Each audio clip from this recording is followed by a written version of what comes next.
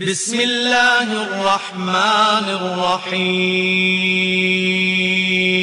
واعتصموا بحبل الله جميعا ولا تفرقوا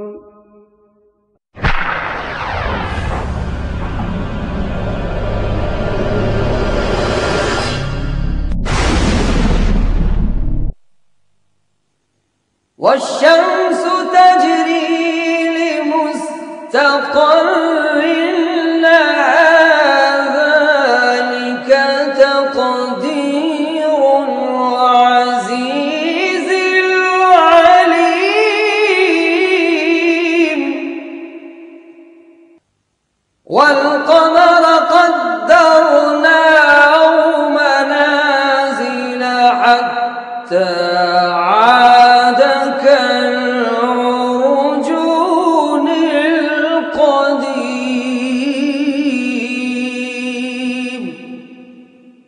لا الشمس ينبغي لها أن تدرك القمر ولا الليل سابق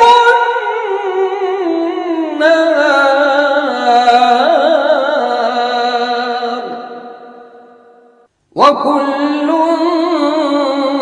في فلك يسبحون.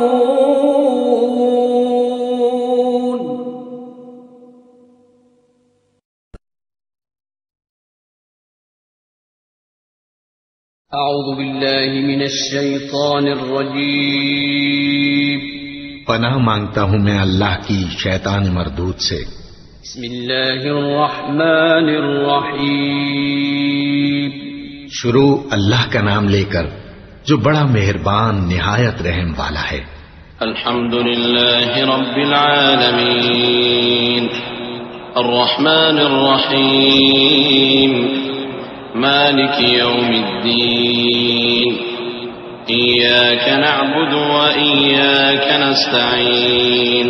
بالله من شرور أنفسنا ومن سيئات أعمالنا من يهده الله فلا مضل له ومن يضلل فلا هادي له وأشهد أن لا إله إلا الله وحده لا شريك له وأشهد أن محمدا عبده ورسوله. أما بعد فإن خير الحديث كتاب الله وخير الهدي هدي محمد صلى الله عليه وسلم وشر الأمور محدثاتها وكل محدثة بدعة وكل بدعة ضلالة وكل ضلالة في النار.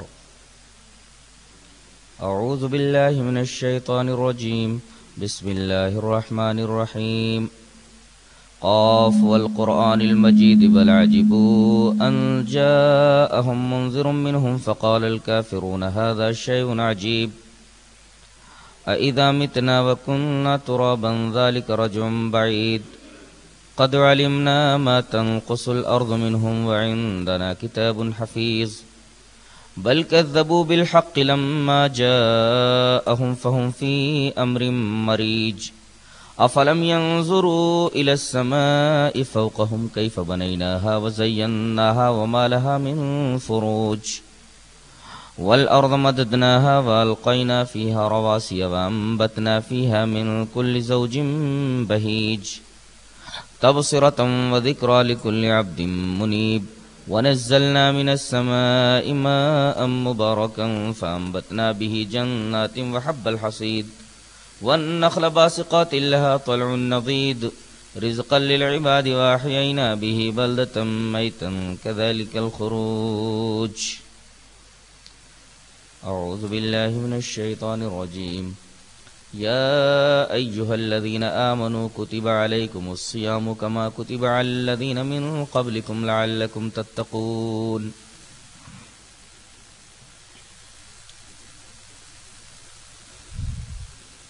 خطبہ مسنونہ کے بعد میں نے سورہ بقرہ کی ایک مشہور آیت کریمہ تلاوت کی ہے. سب سے پہلے اس آیت کریمہ کا ترجمہ ذہن نشین کر لیں. ترجمہ یہ ہے اے ایمان والو،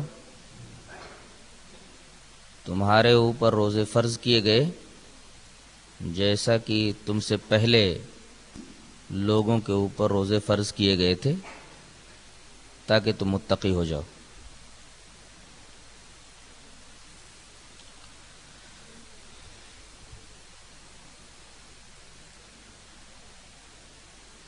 روزے کو عربی میں صوم کہتے ہیں، جس کی جمع صیام آتی۔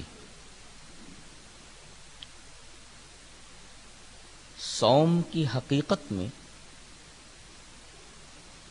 امساک یعنی رکنا داخل ہے۔ جیسے جب کوئی گھوڑا چلنے پھرنے اور کھانے پینے سے رک جاتا تھا تو عرب اس گھوڑے کو فرس صائم کہتے تھے۔ اسی طرح چھری چلتے چلتے جب کند ہو جاتی تھی، کاٹنے سے رک جاتی تھی، تو ایسی چھری کو عرب الصائمہ من السکاکین بولتے تھے۔ اسی طرح سے کنویں پر پانی نکالنے کے لیے جو گول چرخی ہوا کرتی تھی، جس کو عربی میں بکرا کہتے ہیں،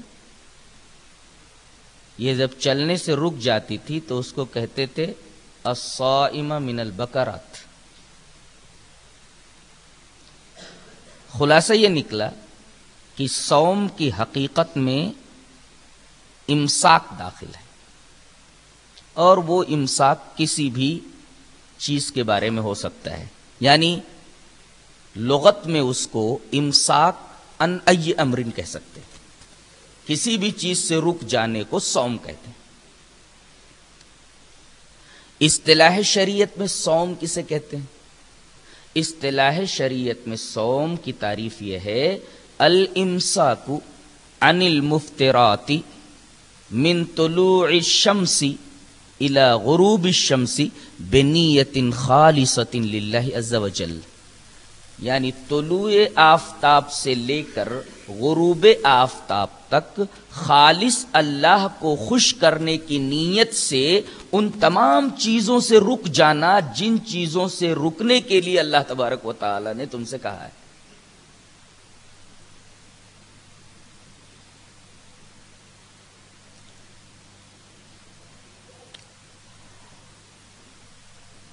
تمام عبادات میں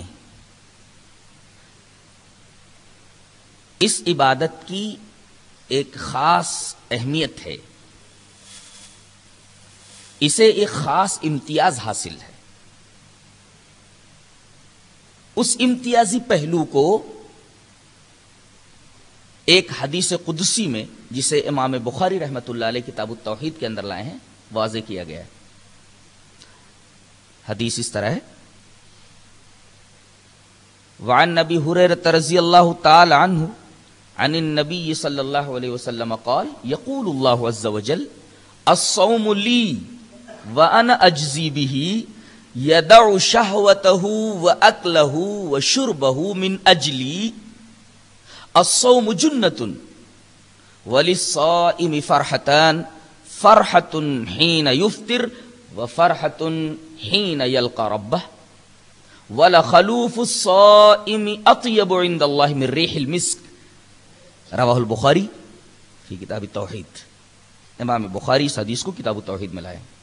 ترجمہ یہ ہے، حضرت ابو ہریرہ رضی اللہ تعالیٰ عنہ فرماتے ہیں کہ نبی کریم صلی اللہ علیہ وسلم نے ارشاد فرمایا کہ اللہ فرماتا ہے، یعنی یہ حدیث قدسی ہے، اللہ کیا فرماتا ہے؟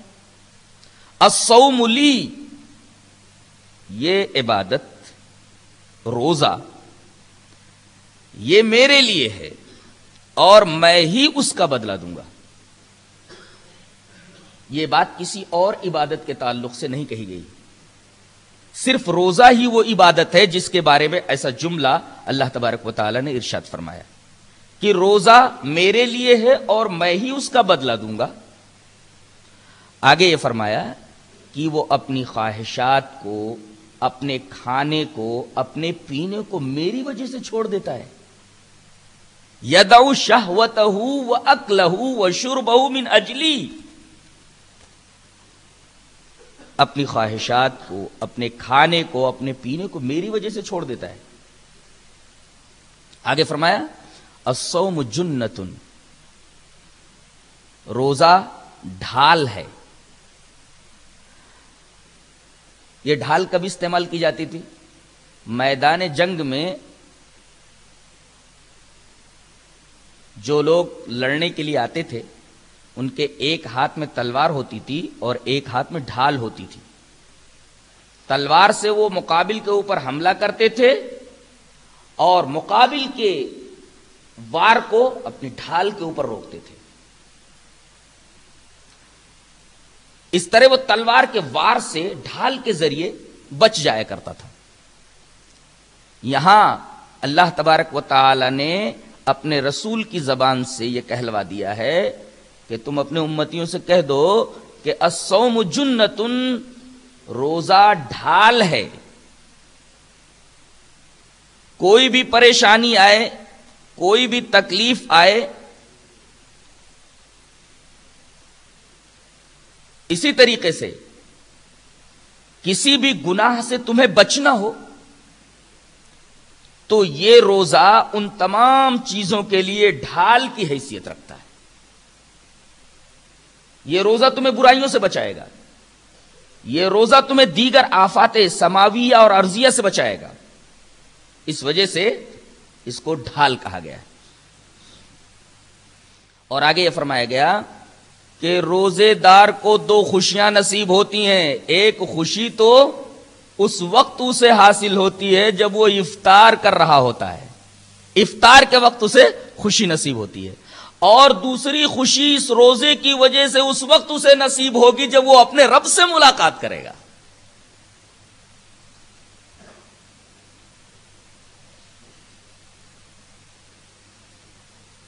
آخری بات نبی کریم صلی اللہ علیہ وسلم نے یہ فرمائی کہ روزے کی حالت میں انسان کے منہ سے جو بدبو نکلتی ہے،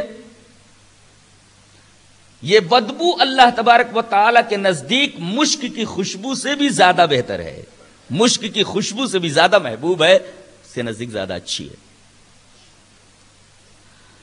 اس حدیث پاک سے استدلال صرف یہ کرنا تھا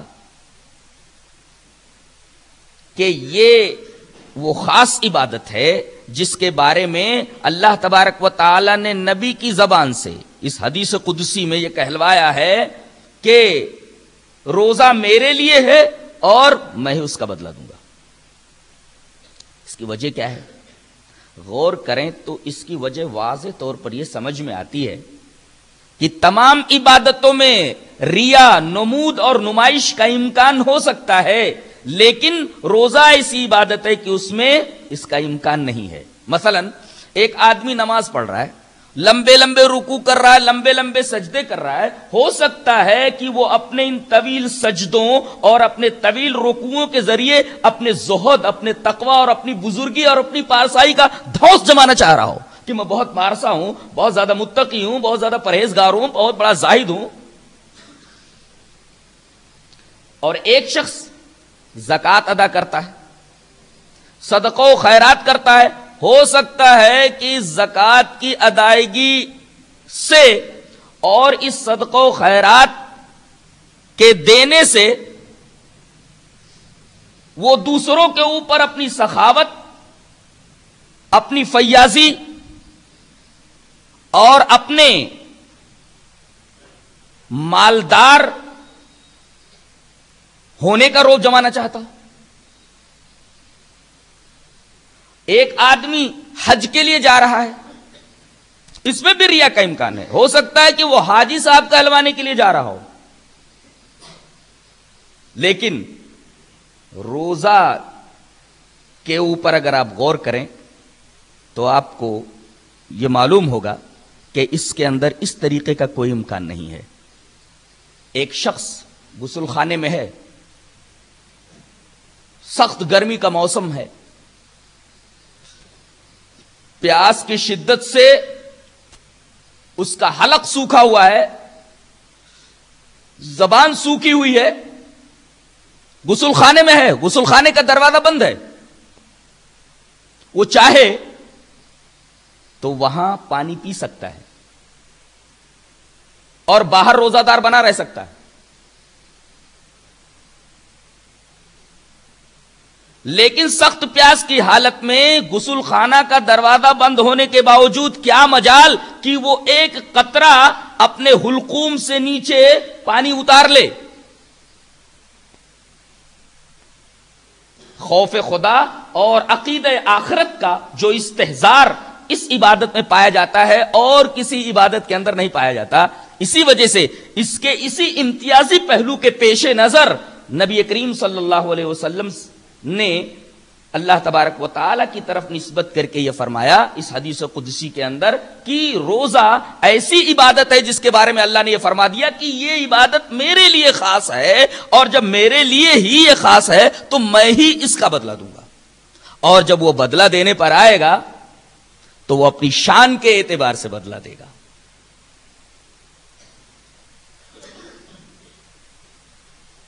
بدلے کی ایک کیفیت تو ایک حدیث میں مذکور ہے، جی چاہتا ہے کہ وہ حدیث آپ کے سامنے پیش کر دوں. حدیث اس طرح ہے: وان سہل رضی اللہ تعالی عنہ عن النبی صلی اللہ علیہ وسلم قال ان فی الجنت بابا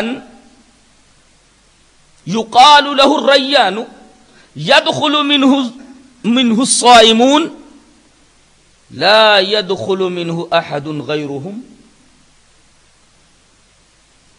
يقال أين الصائمون فيقومون لا يدخل منه أحد غيرهم فإذا دخلوا أغلق فلم يدخل منه أحد.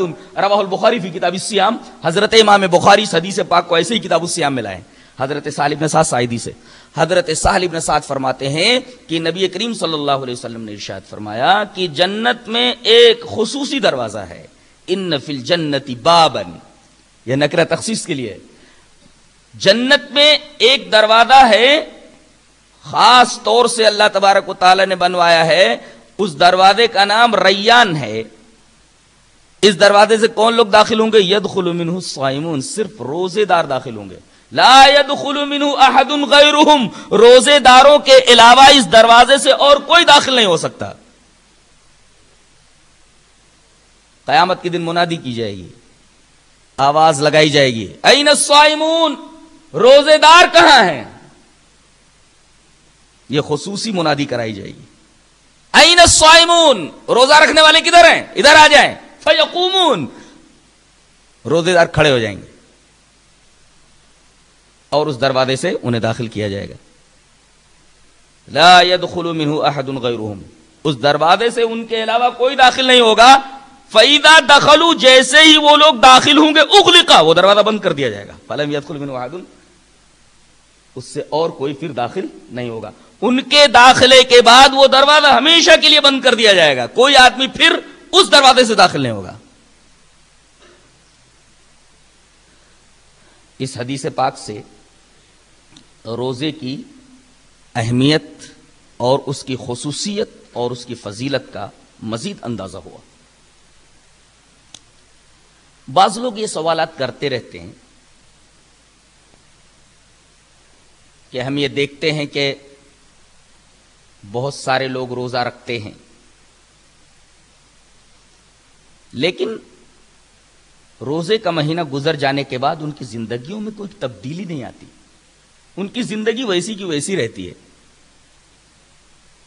اور آپ حدیثیں سناتے ہیں کہ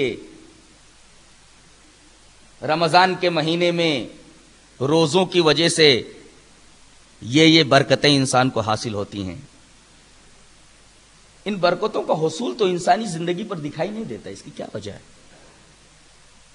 کتنے روزے دار ہیں کہ وہ مہینے پر روزہ رکھتے ہیں، لیکن روزے کے گزر جانے کے بعد ان کی زندگیوں میں کوئی برکت، کوئی تبدیلی دکھائی نہیں دیتی. آخر حدیث کے اندر جو یہ برکتیں بتائی گئی ہیں، ان برکتوں کا ظہور ان کی زندگیوں میں کیوں نظر نہیں آتا؟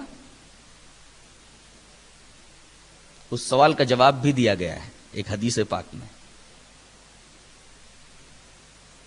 کہ کسی بھی چیز سے کچھ حاصل کرنے کے لیے، کسی عبادت سے برکتوں کو حاصل کرنے کے لیے کچھ شرائط ہوتے ہیں. مثلا نماز کے لیے وضو شرط ہے. اگر آدمی وضو نہ کرے اور نماز پڑھ لے، نماز نہیں ہوگی. ایسے ہی روزوں سے برکتوں کو حاصل کرنے کے کچھ شرائط ہیں. اگر ان شرائط و آداب کو نہ برتا جائے تو روزوں کے اندر جو برکتیں ہیں اور روزوں کی جو فضیلتیں ہیں انسان انہیں کیسے حاصل کر سکتا ہے؟ جب ہر چیز کے حاصل کرنے کے لیے کچھ شرائط اور آداب ہوا کرتے ہیں تو کیا روزوں کی برکتیں اور فضیلتیں ایسے ہی بغیر شرائط و آداب کے انسان کو حاصل ہو جائیں گی؟ نہیں، ایسا نہیں ہوگا. جن لوگوں کے اوپر رمضان کے بعد رمضان کی برکتیں اور فضیلتیں ظاہر نہیں ہوتی، ان کی زندگیوں کے اندر کوئی تبدیلی نہیں آتی، وہ لوگ در حقیقت روزے کے ظاہر کے اوپر نگاہ رکھتے ہیں، اس کی معنویت کو نگاہ میں نہ رکھ کر کے اس کی روح کو فراموش کر دیتے ہیں.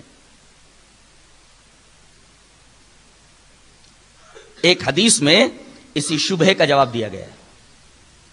حدیث اس طرح ہے: وعن ابی ہریرہ رضی اللہ تعالی عنہ عن النبی صلی اللہ علیہ وسلم قال: من قام لیلۃ القدر ایمانا واحتسابا غفر له ما تقدم من ذنبه ومن صام رمضان ایمانا واحتسابا غفر له ما تقدم من ذنبه. رواہ البخاری فی کتاب الصیام. امام بخاری اس حدیث پاک کو کتاب الصیام ہی کے اندر لائے. حضرت ابو ہریرہ فرماتے ہیں کہ نبی کریم صلی اللہ علیہ وسلم نے ارشاد فرمایا کہ جس آدمی نے لیلۃ القدر میں، وہ ایک ہی رات ہے، چاہے وہ ہندوستان کی رات ہو چاہے عرب کی رات ہو، ایک ہی رات ہے. قرآن ایک ہی رات میں اترا ہے. لیلۃ القدر مختلف نہیں ہوتی. ہندوستان کی لیلۃ القدر الگ، عرب کی لیلۃ القدر الگ. لوگ بہت بڑی غلط فہمی میں مبتلا ہیں اور یہ رات ان کے ہاتھوں سے نکل جا رہی ہے. فرمایا گیا: من قام لیلۃ القدر ایمانا واحتسابا غفر له ما تقدم من ذنبه. جس آدمی نے لیلۃ القدر کے اندر قیام کیا دو شرطوں کے ساتھ تو اس کے پچھلے گناہ معاف کر دیے جائیں گے. یہ دو شرطیں کیا ہیں؟ اب آدمی کے جب پچھلے گناہ معاف ہو جائیں گے، ظاہر ہے گناہوں کا بوجھ اگر بدن سے اتر جائے تو برکتوں کے آثار تو اس کی زندگی میں نظر آئیں گے ہی، اور اگر گناہ اس کے معاف نہ ہوں تو ظاہر ہے اس کی زندگی جیسے پہلے تھی ویسے رمضان کے بعد بھی رہے گی. اس کے پچھلے گناہ معاف کر دیے جائیں گے جو شخص لیلۃ القدر کے اندر قیام کرے. شرط یہ ہے، پہلی شرط ایمان، دوسری شرط احتساب. کبھی آپ نے غور کیا اس حدیث پاک پر؟ پہلی شرط گناہوں کے بخش دیے جانے کی، وہ بھی پچھلے گناہوں کے بخش دیے جانے کی. دو شرط، ایک شرط ہے ایمان اور دوسری شرط ہے احتساب. ایمان میں غور کیجئے، اگر آدمی کی زندگی میں توحید نہیں ہے اس کا روزہ رکھنا بیکار ہے. وہ روزوں کی برکتوں اور فضیلتوں سے نفع اندوز نہیں ہو سکتا اور روزہ اس کے لیے بے فائدہ ہے. اس کے لیے ایمان ضروری ہے، اس کی زندگی میں توحید کا ہونا ضروری ہے. اگر اس کی زندگی توحید سے خالی ہے تو روزوں کے اثرات اس کے بدن پر، اس کی زندگی کے اندر ظاہر ہو ہی نہیں سکتے. اس کا روزہ رکھنا بیکار ہے. اس لیے کہ میں نے بتایا تھا کہ توحید کا جہاں پہلا قدم پڑتا ہے وہیں آخری قدم پڑتا ہے. یعنی توحید ایک دائرہ ہے اور اس دائرے کے اندر پورا دین ہے. آدمی کا دین اسی وقت تک محفوظ ہے جب تک کہ توحید کے دائرے میں ہے. اگر توحید کے دائرے سے کوئی چیز باہر نکل گئی کہ وہ دین نہیں ہے. کتنے لوگ ہیں جن کی زندگیوں کے اندر توحید نہیں ہے، بدعتی ہیں، وہ سر سے پیر تک بدعتوں میں ڈوبے ہوئے ہیں، سر سے پیر تک شرکیات میں ڈوبے ہوئے ہیں.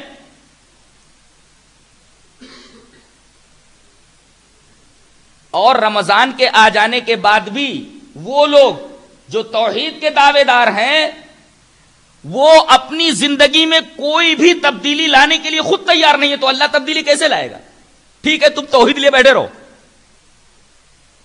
توحید کے بعد اعمال کی بھی تو اہمیتیں ہیں. بعض لوگ کہتے ہیں کہ ہمارے لیے توحید کافی ہے، ہم اپنی زندگیوں کے اندر اپنے عملوں کے اندر تبدیلی کیسے لائیں، کیوں لائیں؟ تو ایسے لوگ بھی رمضان کی برکتوں سے کوئی فائدہ نہیں اٹھا سکتے. تو پہلی شرط تو ایمان ہے، دوسری شرط ہے احتساب. احتساب کا دو مطلب بتایا جاتا ہے. ایک تو یہ کہ روزہ آپ اللہ تبارک و تعالی کو خوش کرنے کے لیے رکھیں، ایک روٹین سمجھ کر کے اس کو نہ برت جائیں کہ یہ مہینہ روزوں کا ہے روزے رکھ لیے جائیں، بلکہ اللہ کو خوش کرنے کے لیے یہ روزے رکھے جائیں. ایک مطلب تو احتساب کا یہ ہے، اور دوسرا مطلب یہ ہے کہ اپنی پچھلی زندگی کا محاسبہ کرو، اپنی کتاب زندگی کے اوراق پلٹو، دیکھو کہ میری زندگی کی کتاب کا کون سا صفحہ سفید ہے اور کون سا صفحہ کالا ہے. اگر کوئی صفحہ روشن نظر آئے تو اس پر اللہ کا شکر ادا کرو، اور کوئی صفحہ اگر کالا نظر آئے، بلیک نظر آئے، تو رو رو کر کے اس صفحے کو روشن کرنے کی درخواست کرو اللہ تبارک و تعالیٰ سے کہ میری زندگی کا وہ کالا صفحہ روشن کر دے. یہ ہے احتساب، اپنی زندگی کا محاسبہ. کیا ان دو شرطوں کے ساتھ کوئی روزہ رکھتا ہے؟ سوال ہی نہیں. بہت کم لوگ ہیں جو اس طریقے کا روزہ رکھتے ہیں اور یہ دو شرطیں ان کے سامنے ہوتی ہیں، ایمان اور احتساب. تو ایمان ضروری ہے، احتساب ضروری ہے. توحید کے ساتھ یہ عبادت معتبر ہے. اور کچھ شرائط ایک حدیث میں بیان کیے گئے، جی چاہتا ہے کہ وہ حدیث بھی آپ کے سامنے رکھ دوں. حدیث اس طرح ہے، وعن ابی ہریرہ رضی اللہ تعالی عنہ قال قال رسول اللہ صلی اللہ علیہ وسلم من لم يدع قول الزور والعمل به فليس لله حاجة في ان يدع طعامه وشرابه. رواہ البخاری فی کتاب الصیام. امام بخاری اس حدیث پاک کو بھی کتاب الصیام ہی میں لائے جہاں روزوں کا بیان ہے. حضرت ابو ہریرہ رضی اللہ تعالیٰ عنہ سے حضرت ابو ہریرہ رضی اللہ تعالیٰ عنہ ارشاد فرماتے ہیں کہ نبی کریم صلی اللہ علیہ وسلم نے ارشاد فرمایا کہ جو آدمی جھوٹی بات کو نہ چھوڑ دے اور جھوٹ پر عمل کو نہ چھوڑ دے، جو زور کو نہ چھوڑ دے اور جو زور پر عمل کو نہ چھوڑ دے. زور مانے جھوٹی بات، جھوٹی گواہی، ہر جھوٹ زور ہے، اور ہر جھوٹ کے اوپر عمل کرنا یعنی دغابازی وغیرہ. تو جو آدمی جھوٹ کو نہ چھوڑے، دغابازی کو نہ چھوڑے، تو اللہ تبارک و تعالی کو ایسے آدمی کے کھانے پینے کے چھوڑ دینے کی کوئی حاجت نہیں ہے، اس کو اس کی کوئی ضرورت نہیں ہے. یعنی روزہ رکھتے ہوئے آدمی اپنی زبان کو قابو میں نہ رکھے، روزہ رکھتے ہوئے آدمی اپنے کان کو قابو میں نہ رکھے، روزہ رکھتے ہوئے آدمی اپنی آنکھ کو قابو میں نہ رکھے، روزہ رکھتے ہوئے آدمی اپنے ہاتھ کو قابو میں نہ رکھے، پیر کو قابو میں نہ رکھے، تو اللہ تبارک و تعالی فرماتا ہے اپنے رسول کے ذریعے کہ ایسے لوگوں کے روزوں کی ہمیں کوئی حاجت نہیں. کتنے لوگ ہیں روزہ رکھ کر کے اپنی زبان کو قابو میں نہیں رکھتے، اپنی آنکھوں کو قابو میں نہیں رکھتے، جبکہ میں نے بتایا کہ صوم کی حقیقت میں رکنا داخل ہے. آنکھوں کو گناہوں سے روک لے، ہاتھ کو گناہوں سے روک لے، پیر کو گناہوں سے روک لے، کانوں کو گناہ کی بات سننے سے روک لے. اگر ان تمام چیزوں میں امساک پایا جاتا ہے، رکنا پایا جاتا ہے، تب تو آپ کا صوم ہوا، ورنہ آپ کا صوم نہیں ہوا. اب آپ سوال کر سکتے ہیں کہ بھئی کوئی آدمی کھانا نہیں کھاتا، پانی نہیں پیتا، خواہشات پوری نہیں کرتا،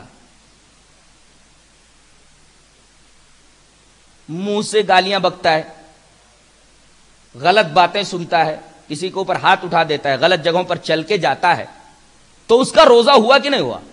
بھوکا تو رہا، پیاسا تو رہا، قضائے شہوت سے رکا رہا. ہاں ان چیزوں پر اس نے زیادہ توجہ نہیں دی تو کیا اس کا روزہ ہوا یا نہیں ہوا؟ جواب اس کا یہ ہے کہ بظاہر روزہ ہو گیا لیکن حقیقت میں اس کا روزہ نہیں ہوا. جیسے انڈا ایک ہوتا ہے، وہ ٹوٹ جائے تب بھی خراب ہو جاتا ہے، ٹوٹ جائے تب بھی خراب ہو جاتا ہے، اور اگر اندر اندر خراب ہو جائے، جس کو ہم لوگ کہتے ہیں کہ یہ انڈا بے انڈا ہو گیا ہے، اندر سے خراب ہو گیا تب بھی وہ خراب ہو گیا. انڈا اگر ٹوٹ جائے تب بھی خراب ہو گیا، اور انڈا اندر سے خراب ہو جائے تب بھی وہ خراب ہو گیا. خراب دونوں صورتوں میں انڈا ہو گیا، ٹوٹنے پر بھی خراب ہو گیا اور اندر سے خراب ہو گیا، دونوں صورتوں میں انڈا خراب ہو گیا. تو ہمارے روزوں کا حال یہ ہے کہ بظاہر ٹوٹا ہوا انڈا تو نظر نہیں آتا، وہ انڈا ہو جاتا ہے ہمارا روزہ جو اندر سے خراب ہو گیا ہو. اسی وجہ سے دونوں انڈوں سے کوئی آدمی فائدہ اٹھا نہیں سکتا. ہمارے روزوں سے بھی برکتیں ہم حاصل نہیں کر پاتے.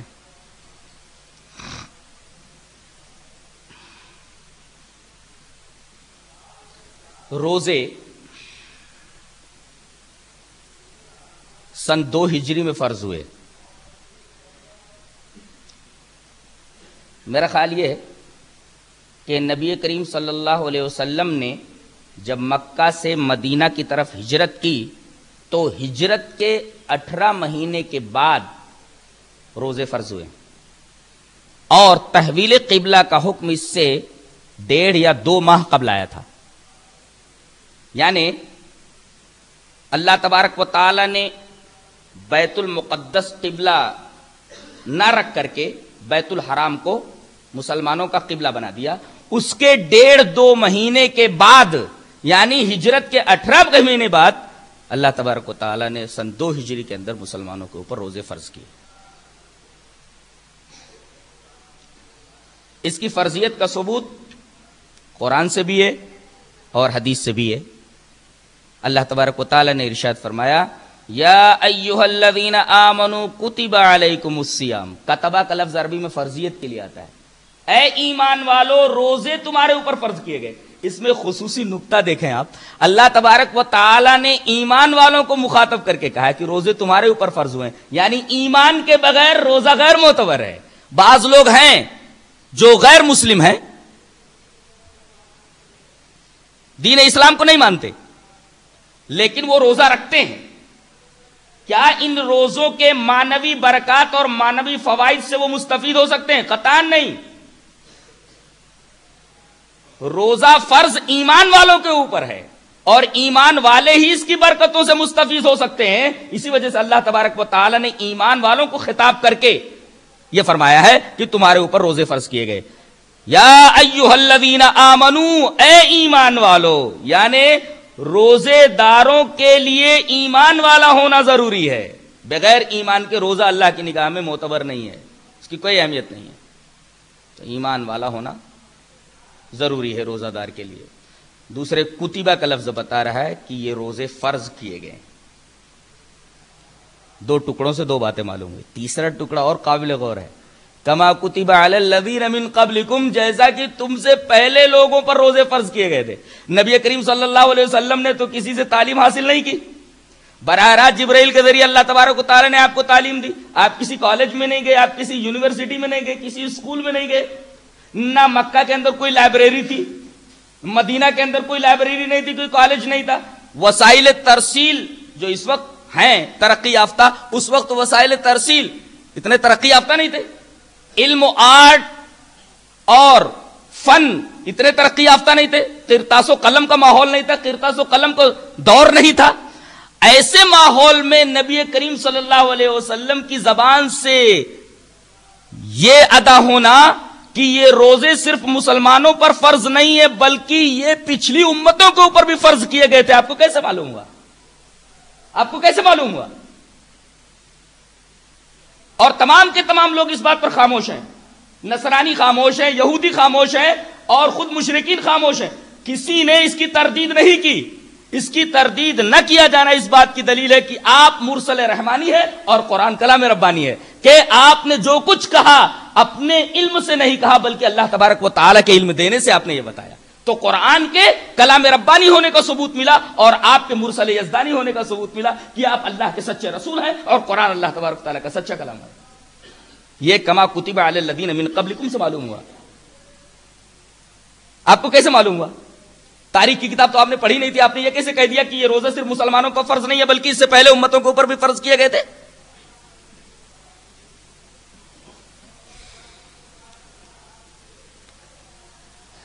آخری ٹکڑا روزوں کی فرضیت کی علت بتا رہا ہے کہ روزے اس لیے فرض کیے گئے ہیں. روزوں کی فرضیت کا سبب یہ ہے تاکہ تمہاری زندگی میں تقوی آ جائے. روزوں کا جو فائدہ ہے وہ تقوی ہے, جس پر ہم آج رات میں انشاءاللہ گفتگو کریں گے.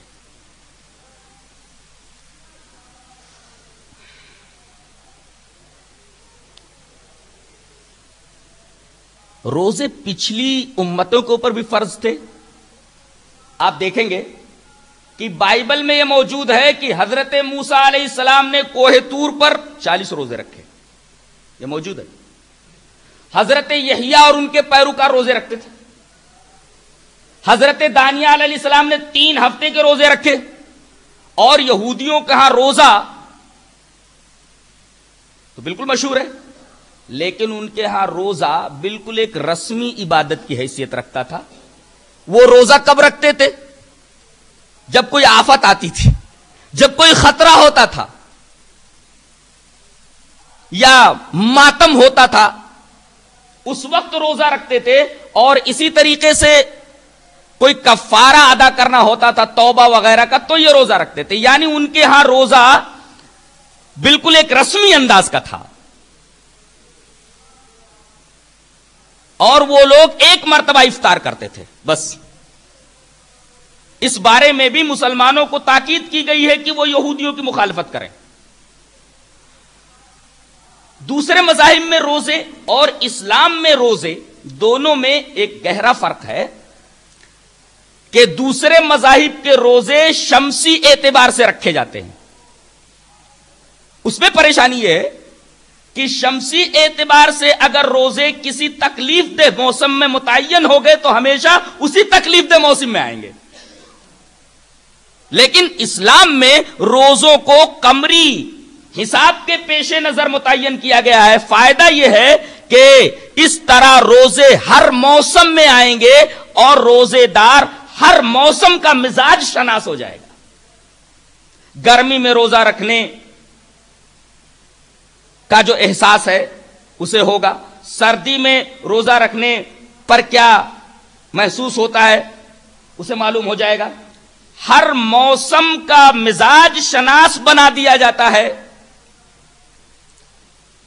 قمری مہینے کے حساب سے روزہ متعین کر کے.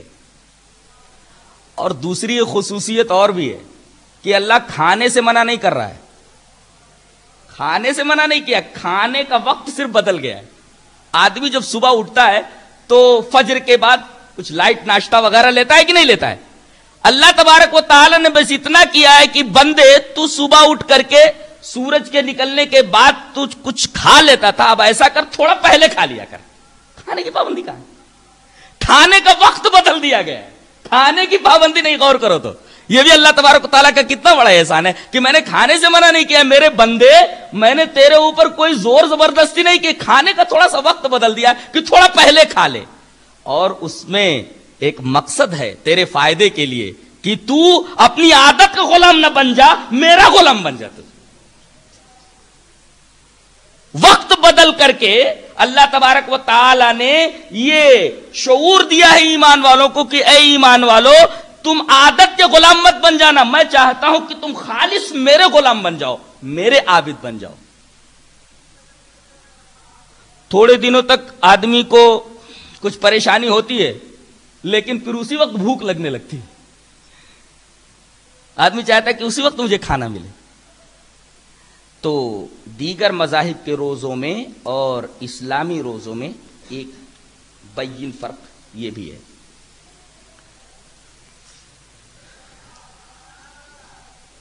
اس کا جو ایک اہم فائدہ ہے وہ یہ ہے کہ انسان 2 چیزوں سے مرکب ہے.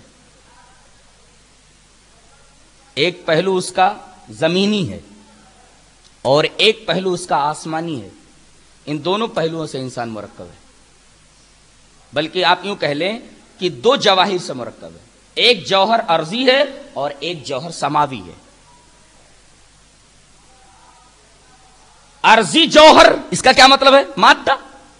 انسان مادے سے بنا ہے, مٹی سے بنا ہے. اب اس جوہر ارضی کی وجہ سے اس کا میلان زمین کی طرف ہوتا ہے. اس کے جذبات, اس کے احساسات سب سفلی ہوتے ہیں, اور روح اوپر سے آتی ہے. تو یہ جوہر آسمانی ہے.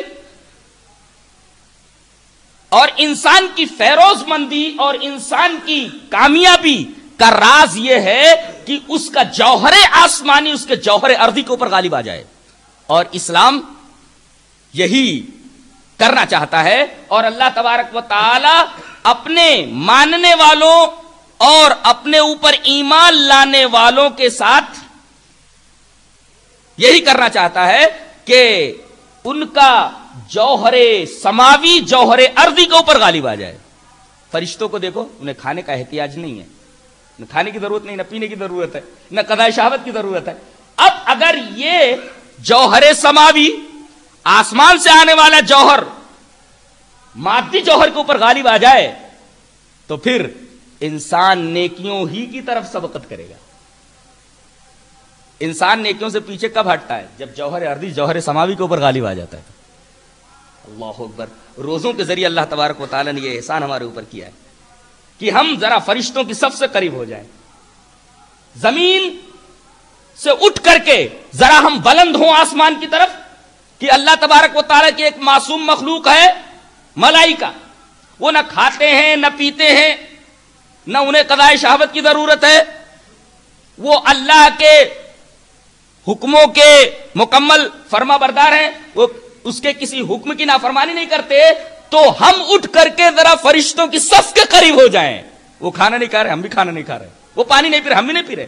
قضاء شہوت سے مبرہ ہیں, ہم بھی قضاء شہوت نہیں کر رہے. وہ زبان سے کچھ غلط بات نہیں نکالتے, وہ وہی کرتے ہیں جن کے کرنے کا اللہ حکم دیتا ہے. تو روزوں کی حالت میں ہم ایسے بن جائیں جیسے فرشتے ہوتے ہیں. اس طرح ہمارا جوہر ملکوتی جوہر ارضی کے اوپر غالب آ جاتا ہے. اور انسان کی فیروز مندی کا سارا راز یہی ہے, اس کی کامیابی کا سارا راز یہی ہے.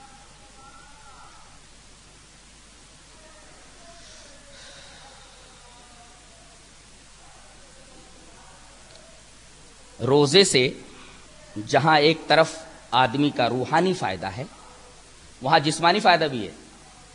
بہت سارے مریضوں نے یہ کہا, مختلف امراض میں مبتلا لوگوں نے یہ کہا, خاص طور سے ہارٹ پیشنٹس نے تو یہ کہا کہ روزوں کی وجہ سے ہمیں کافی آرام ملتا ہے, کافی سکون ملتا ہے, اور وہ روزوں کی برابر پابندی کرتے ہیں. اب روزوں کے مکمل فائدے یہ تو اطباء اور ڈاکٹرز ہی بتا سکتے ہیں, لیکن ایک بات تو ایک عامی آدمی بھی جانتا ہے کہ عام طور پر بیماریاں خرابی معدہ کی وجہ سے ظہور پذیر ہوتی ہیں.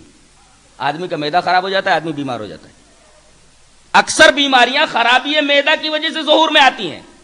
اور معدہ خراب کب ہوتا ہے؟ جب اس کے اوپر ضرورت سے زیادہ برڈن ڈال دیا جائے, ضرورت سے زیادہ بار ڈال دیا جائے, ضرورت سے زیادہ بوجھ ڈال دیا جائے, معدہ خراب ہو جاتا ہے. روزوں کے ذریعے معدے کے اوپر سے یہ بوجھ ذرا کم کر دیا جاتا ہے. مشین لوہے کی ہی کیوں نہ ہو, برابر چلتی رہے خراب ہو جاتی ہے. اس کو دیر پا رکھنے کے لیے ضروری ہے کہ اس کو آئل دیا جائے, اس کو کچھ دیر روک کر کے اس کی صفائی وغیرہ کی جائے تو مشین دیر پا ہوتی ہے. یہی حال ہمارے جسمانی مشین کا بھی ہے کہ معدہ یہ پورے بدن میں ایسا حصہ ہے جو کبھی آرام نہیں کرتا, کبھی آرام نہیں کرتا. آنکھیں آرام کر لیتی ہیں, دماغ آرام کر لیتا ہے, ہاتھ پیر آرام کر لیتے ہیں, لیکن معدہ یہ ہضم جیسے محنت طلب وظیفے کو برابر ادا کرتا رہتا ہے, اس کو آرام نہیں ملتا. لہذا اس کو بھی تھوڑا سا آرام دے دو. اللہ تبارک و تعالی یہ مہینہ ہمیں دے کر کے معدے کے اوپر سے بڑی حد تک بوجھ اتار کر کے ہمارے جسم کو صحت مند رکھنے کا ایک پلان ہمیں دے رہا ہے. کیوں نہ ہم اس پلان کو قبول کریں اور صحت مند رہیں.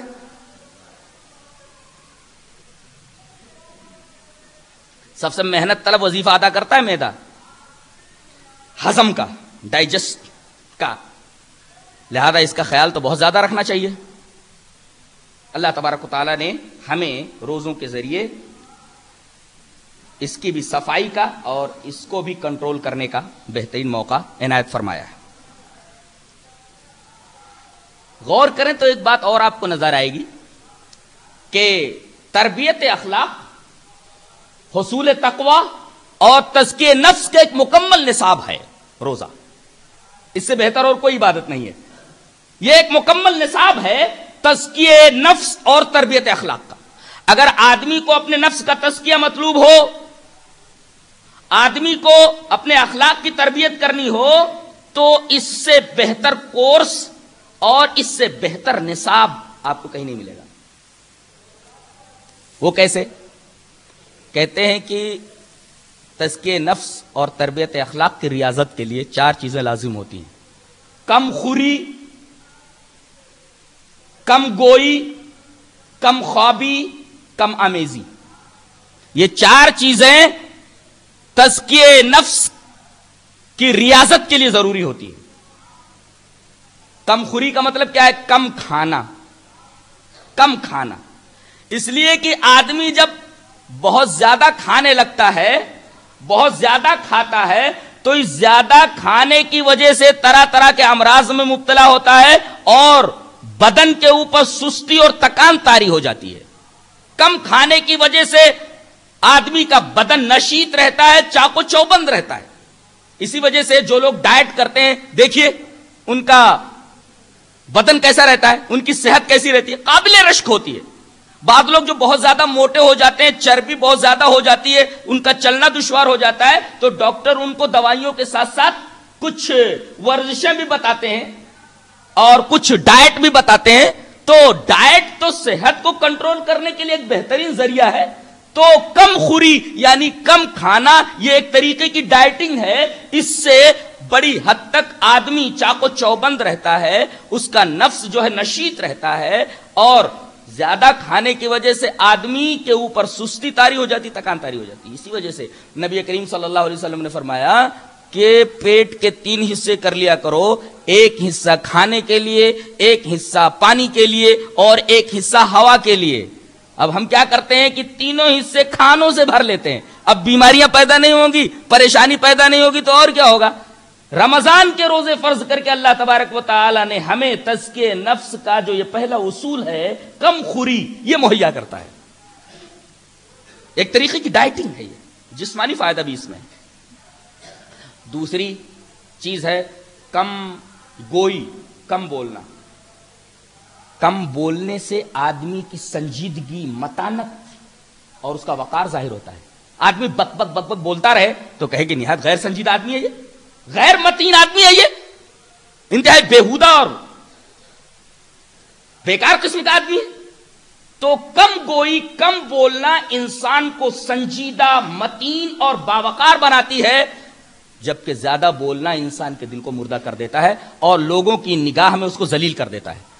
اور ایک بات اور خاص طور سے نگاہ میں رکھیں کہ آدمی جب بہت زیادہ بولنے کا عادی ہو جاتا ہے تو شیطان کو ایسے لوگوں سے بڑی امیدیں ہوتی ہیں. وہ اس کے پاس آ کر کے کھڑا ہو جاتا ہے اور بہت زیادہ بولتے بولتے بولتے بولتے شیطان اس سے کچھ ایسی چیزیں بھی بولوا دیتا ہے جو شریعت کے منافی ہوتی ہیں. لہذا زیادہ بولنے سے پرہیز کیا جائے. یہ ریاضت کا دوسرا پہلو روزے میں موجود ہے، کم گوئی. آدمی تھکا رہتا ہے، آدمی بھوکا رہتا ہے تو کم بولتا ہے. کھا کر کے جب آرام سے بیٹھتا ہے آدمی تو بہت زیادہ بولتا ہے، بسیار گو ہو جاتا ہے. وہ بسیار گوئی سے یہ چیز روک دیتی ہے جو آدمی کے ذلیل ہونے کا سبب بنتی ہے. ایک ہے کم خوری، دوسرے کم گوئی، اور تیسرے یہ ہے کم خوابی. آدمی جتنا کم سوئے گا اتنا ہی زیادہ اس کی روح چاق و چوبند رہے گی.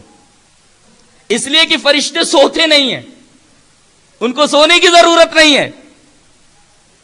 اور دنیا کے اندر انہی لوگوں نے بڑے بڑے کارنامے انجام دیے ہیں جو زیادہ سوتے نہیں تھے. تاریخ اٹھا کر کے دیکھ لو. اور وہی اسٹوڈنٹ کامیاب ہوتے ہیں جو بہت کم سوتے ہیں، وہی لوگ میرٹ میں آتے ہیں جو بہت کم سوتے ہیں. لہذا بہت کم سونے کی عادت ڈالو, بہت کم سونے کی عادت ڈالو. جسم کا حال یہ ہے کہ اگر 24 گھنٹہ آدمی سوتا رہے تو بدن یہ کہے گا کہ 24 گھنٹے سوتا رہے, اور اگر آدمی 2 گھنٹے سونے کی عادت بنا لے تو 2 گھنٹے میں اس کی نیند پوری ہو جائے گی. وہ بدن کا حال ہے. لہذا اگر دنیا میں کوئی کارنامہ انجام دینا ہے اور خاص طور سے اسٹوڈنٹس کو میرٹ میں آنا ہے اور کچھ بننا ہے, آگے ترقی کرنا ہے, تو انہیں کم خواب ہونا ضروری ہے, کم سونا ان کے لیے ضروری ہے. روزے میں موقع ملتا ہے کم سونے کا, آدمی زیادہ مشغول ہوتا ہے, اچانک نیند میں سے اٹھا دیا جاتا ہے اس کو, سحری کا وقت ہو گیا اٹھیے, اس کی نیند پوری نہیں ہوئی ہے اور آدمی کو اٹھا دیا جاتا ہے. پھر آدمی جب برش وغیرہ کرنے کے بعد جب ایک دم نشیط ہو جاتا ہے دوبارہ سونے کی کوشش کرے, جلدی نیند نہیں آتی. دیکھیے کم خوابی یہ تیسرا پہلو ہے نفس کو نشاط میں رکھنے کا. اور آدمی اگر زیادہ سوتا ہے تو قلب و نظر پر حجابات چھا جاتے ہیں, آدمی کا دماغ سو جاتا ہے. آدمی کا دماغ ایکٹیو اس وقت رہتا ہے جب آدمی کم سوئے, آدمی زیادہ سوئے گا اس کا دماغ سو جائے گا, قلب و نظر پر حجاب آ جاتا ہے, پردہ آ جاتا ہے. تو کم گوئی, کم خوابی, کم خوری, اور ایک ہے کم آمیزی.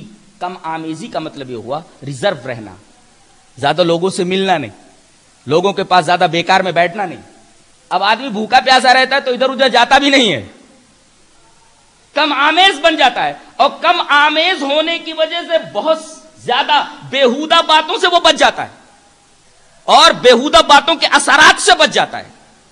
کھا پی کر کے ادھر ادھر گھومتا رہتا ہے, اس آدمی کے پاس بیٹھا ہوا, اس آدمی کے پاس بیٹھا ہوا, بہت سارے بیہودہ اثرات کو قبول کرتا ہے. لیکن روزہ رکھنے کی وجہ سے آدمی کم آمیز ہو جاتا ہے, ریزروڈ ہو جاتا ہے. یہ بھی بہت اہم چیز ہے خاص طور سے اسٹوڈنٹس کے لیے. اور زندگی میں جو لوگ بہت آگے بڑھنا چاہتے ہیں ان کو کم آمیز ہونا چاہیے. جب کم آمیز ہوں گے, زیادہ لوگوں سے ملیں گے نہیں, تو ان کو پڑھنے کے مواقع زیادہ فراہم ہوں گے. تو روزہ یہ مکمل ایک کورس ہے ریاضت کا, تزکیہ نفس کا, تربیت اخلاق کا. یہ کچھ فوائد تھے جو ہم نے آپ کے سامنے رکھے, روحانی فوائد اور جسمانی فوائد, اخلاقی فوائد, نفس کے فوائد. اور غور کریں گے تو اللہ تبارک و تعالیٰ نے نہ جانے کیا کیا فوائد ہمارے روحانی اور جسمانی اس روزے کے اندر, اس عبادت کے اندر رکھ رکھے ہیں. اللہ تبارک و تعالیٰ ہمیں نیک عمل اور اچھی سمجھ کی توفیق عطا فرمائے. وآخر دعوانا ان الحمدللہ رب العالمین.